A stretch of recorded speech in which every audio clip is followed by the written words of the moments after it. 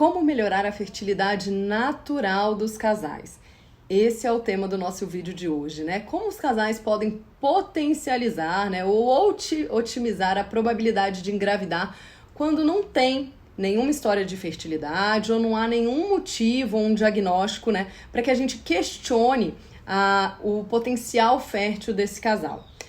Se já há um diagnóstico estabelecido, aí é outra conversa. A gente vai tratar esse diagnóstico de forma abrangente, considerando principalmente, pessoal, o impacto da dieta e do estilo de vida sobre aquela patologia. Mas antes de entrar nesse tema, eu acho que preciso começar a nossa conversa definindo a infertilidade, né? Qual a definição de infertilidade? O que eu devo considerar para dizer que esse casal é infértil, né? Então, a infertilidade, pessoal, ela é uma doença. Ela é uma doença definida como a falha em alcançar a gravidez bem-sucedida após 12 meses ou mais de relações sexuais regulares e desprotegidas, tá? Em mulheres com mais de 35 anos, esse tempo diminui. A gente fala em 6 meses sem concepção para aquelas que já passaram dos 35 anos de idade, tá certo? Bom, então, se a gente entende que a fertilidade é definida como uma capacidade, né, de gerar um filho, será que existem fatores, que existem coisas a que a gente se expõe, que vão alterar essa minha capacidade de conceber ou essa minha chance de gerar um filho? E aí eu digo que sim, e é sobre ela que eu vou falar no vídeo, né? Quando a gente fala de probabilidade de conceber, a gente vai ver que ela é relativamente estável de ciclo para ciclo. Geralmente ela vai ser mais alta nos primeiros meses de relação sexual desprotegida e depois ela vai diminuindo gradualmente. Então esse tempo que o casal tá levando para alcançar a gestação já é um primeiro fator de atenção, tá? E existem outros fatores? Sim. A idade, por exemplo, como a gente falou em outros vídeos, né? A gente sabe que a fertilidade da mulher, ela diminui cerca da metade quando a gente compara mulheres no final dos seus 30 anos comparadas a mulheres com 20 e poucos anos. Esses dados, né, eles só vão reforçar que a idade é um fator isolado importante que pode ser determinante na chance desse casal engravidar. Então, esse já pode ser o segundo ponto a se pensar quando a gente fala de estratégias para otimizar a fertilidade natural de um casal. Programar essa gestação, segundo a idade de homem e de mulher. A gente sabe que para as mulheres a chance de concepção ela vai diminuir significativamente após os 35 anos de idade. Mas para os homens, né? Eu não falei sobre isso no vídeo anterior. Será que a idade isoladamente também é um fator determinante pro homem? Embora a gente tenha visto que os parâmetros do sêmen, né, em homens, eles também diminuem após os 35 anos de idade, o que se vê é que a fertilidade não parece ser afetada por esse fator isoladamente antes dos 50 anos, tá? Mas, de qualquer forma, a idade do casal deve ser o nosso ponto de atenção. Um próximo ponto importante é a frequência das relações sexuais, tá? Um dos fatores que a gente pode usar para determinar a frequência de relações sexuais é a qualidade espermática. A gente precisa olhar para o sêmen desse homem saudável. E o que a gente sabe, através dos trabalhos, é que um intervalo de abstinência superior a 5 dias afeta negativamente a contagem de espermatozoide. E, especialmente, se essa abstinência se prolongar por períodos maiores do que 10 dias, a gente já sabe que esse sêmen, ele começa a ser deteriorado de forma importante. Então, só com base nisso, a gente já tem uma sugestão de prazo não recomendado de abstinência de relações sexuais. Mas será que tem uma frequência ideal? Embora a gente saiba que os trabalhos mostram relações sexuais como uma ligeira vontade, relações sexuais diárias com uma ligeira vantagem em relação a relações sexuais em dias alternados, a gente precisa ter muita atenção quando aconselha isso para o casal, porque muitas vezes isso pode gerar um estresse desnecessário, né? Então esse aconselhamento, né, da frequência ideal de relações sexuais é sempre melhor definida com uma conversa entre o casal e o profissional, considerando esse contexto, tá? Só para que vocês tenham mais dados, só para que a gente se respalde nisso, a diferença entre relações sexuais diárias, elas estão associadas a 37% de chance de fecundidade. E, em dias alternados, elas produziram uma taxa de gravidez de 33%. Então, é pequena a diferença, né? E já quando a gente fala de uma relação sexual uma vez por semana, a gente está falando de uma chance de 15%. Aí sim, ela cai de forma considerável. Então, a frequência das relações sexuais também deve ser um nosso ponto importante de atenção quando a gente quer falar sobre fertilidade natural. E um outro ponto, né? Um outro ponto importante é entender sobre janela fértil, tá? A janela fértil, ela vai ser definida como um intervalo. A gente fala de mais ou menos, 6 dias que termina no dia da ovulação, tá? Esse tempo, ele é definido com base na viabilidade, dos nossos oócitos e dos espermatozoides, É o tempo que eles conseguem sobreviver ali no nosso corpo. E é mais provável que uma relação sexual ela vai resultar em gravidez quando ela acontece nesse intervalo de até 6 dias, mas mais especificamente até 3 dias antes da ovulação. Então, ter relações sexuais diariamente ou em dias alternados dentro dessa janela fértil vai aumentar a chance desse casal conceber.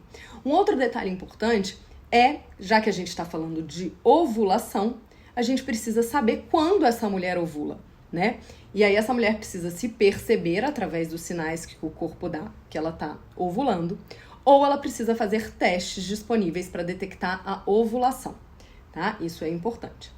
E sobre estilo de vida, Quais são as orientações, As taxas de fertilidade, elas são diminuídas, a gente vê isso na prática em mulheres ou muito magras, ou nas mulheres obesas. Então, um primeiro conselho é evitar os extremos de IMC. Isso parece o ideal, Quando a gente pensa especialmente em obesidade, agora tem um artigo muito recente publicado, super interessante, com um título eu achei bem legal, que ele diz: infertilidade feminina na era da obesidade, Será que é um choque de 2 pandemias? Obesidade e infertilidade? Ou é uma consequência inevitável da obesidade à infertilidade, O que ele discute é que a obesidade é uma epidemia, a gente sabe, que levou a um aumento de diversas doenças, E dentre elas, a redução da fertilidade.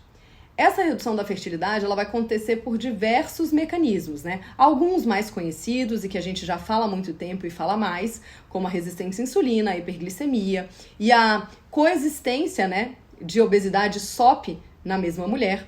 Mas a gente sabe que definitivamente não é só isso. Hoje, vários outros estudos mostram outros fatores que agravam essa situação, Alteração de microbioma intestinal, inflamação crônica de baixo grau, estresse oxidativo aumentado, as alterações que essa obesidade promove nos nossos hormônios sexuais e, consequentemente, nos nossos ciclos menstruais e na nossa frequência de ovulação e uma alteração na receptividade do endométrio, por exemplo. Tudo isso faz com que as mulheres com obesidade demorem mais para conceber. E mesmo se elas partirem para uma fertilização in vitro, elas também têm menor probabilidade de sucesso, Nesse trabalho, eles chamam essa infertilidade associada à obesidade de uma infertilidade dismetabólica, Então, a obesidade hoje, gente, ela é reconhecida como um fator de risco importante, um fator de risco alto para a nossa saúde reprodutiva, Não só as mulheres, mas os homens também são afetados pela obesidade, A gente sabe, por exemplo, que que há um aumento do estresse oxidativo nos testículos dos homens obesos. Isso piora os seus parâmetros espermáticos, além da capacidade, da obesidade afetar o sistema endócrino e os hormônios sexuais dos homens também. Então, manter um peso saudável desse casal, tanto homem quanto mulher, é o nosso 5º ponto de atenção, pensando em otimizar a fertilidade natural. E dieta? Será que existe uma dieta ideal para fertilidade? Será que essa dieta tem um nome? A dieta tal é a melhor? O que eu te digo é que não. O que existe é uma dieta correta para sua individualidade. Sendo adequada para você, certamente ela potencializará todos os seus processos metabólicos e também a sua fertilidade. O que a gente sabe é que essa dieta precisa ser rica, ela precisa ser densa nutricionalmente.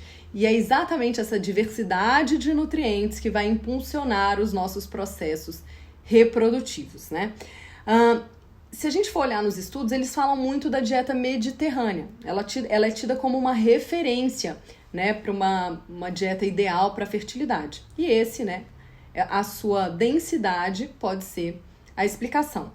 O consumo aumentado de peixes, por exemplo, nesse tipo de dieta, aumenta a oferta de ômega 3 e de vitaminas lipossolúveis, que nas mulheres, por exemplo, diminui o risco de obesidade. E em homens, quando a gente oferta uma quantidade satisfatória de DHA e de EPA na dieta desse homem, a gente sabe que isso está associado a uma melhora da qualidade do sêmen, por exemplo, né? Ovos, né? Se a gente tem um consumo adequado de ovos, se não houver hipersensibilidade, isso é uma coisa importante, que é uma fonte de folato e de B6, a gente sabe que em mulheres isso auxilia nos níveis de progesterona, né, e de estrogênio, então eu vou melhorar essa regularidade da menstruação e eu potencializo então a chance de ovulação. E nos homens, o folato e a B6 também estão associados à melhora dos parâmetros espermáticos, especialmente da contagem, né, de espermatozoides, e também podem melhorar os níveis de testosterona e aumentar a libido.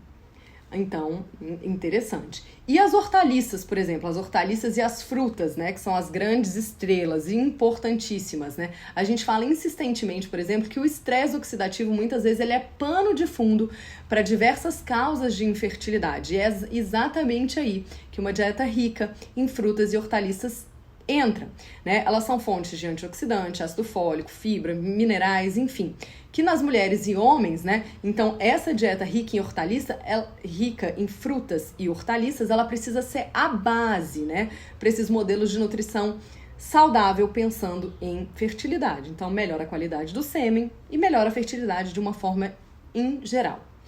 Se a gente pensa em nozes e sementes, por exemplo, são fontes de ácidos graxos essenciais, fibras, tocoferóis, polifenóis, minerais, enfim, que numa mulher ela também pode ser fonte de proteínas, né, e de ácidos graxos que vão ajudar a melhorar a ovulação, por exemplo.